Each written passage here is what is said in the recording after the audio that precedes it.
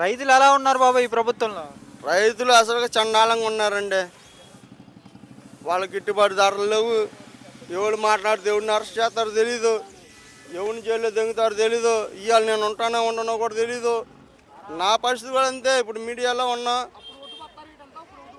అది అప్పుడు ఎంత ఉంది, ఇప్పుడు ఎంత ఉంది, అంతా శూన్యమేనండి. ఏం లేదండి ఈ ప్రభుత్వంలో.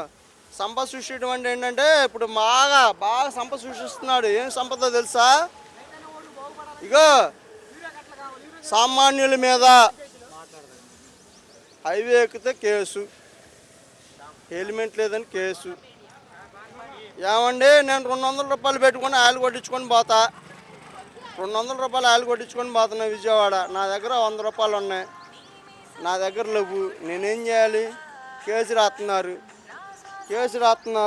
ఏం చేయాలి నేను? నా దగ్గర లేవు. కేసు కట్టి బండి తీసుకెళ్ళి అంటున్నారు. నేనేం చేయాలి? హ్యాండిక్యాప్నండి, నేను నడవలేనండి, ఈ బండి మీద వస్తున్నాను కానీ నన్ను వదలట్లేదు. కానీ గత ప్రభుత్వంలో పోలీసులు జగన్మోహన్ రెడ్డి చెప్పిన మాటని అరాచక పాలన చేశారు అని చెప్పి మాట్లాడుతున్నారుగా. జగన్మోహన్ రెడ్డి పాలన అరాచకమైన పాలన కాదండి. ఇప్పుడు జరిగేది అరాచకమైన పాలన. జగన్మోహన్ రెడ్డి అరాచకాలను పాలన చేయాలంటే ఈ రాష్ట్రంలో ఎవరూ బతకలేరు. ఇది నిజం. ఎలా ఉంది సూపర్ 6 అన్నారుగా, సూపర్ 6 వచ్చేసినాయి. సూపర్ 6 ఏం వచ్చిందండి? ఎవరినన్నా ఇగో ఒక్క ఉచిత బస్సు పెట్టిండు, కథమే ఏమన్నాయి చెప్పండి. పెన్షన్ ఇస్తున్నా అంటున్నాడుగా, తల్లికి వందనం అంటున్నారు. పెన్షన్ ఇస్తున్నాడు, తల్లికి వందనం ఇచ్చాడు. తల్లికి వందనం ఆయన ఇచ్చేదేంది, ఈయన ఇచ్చాడు.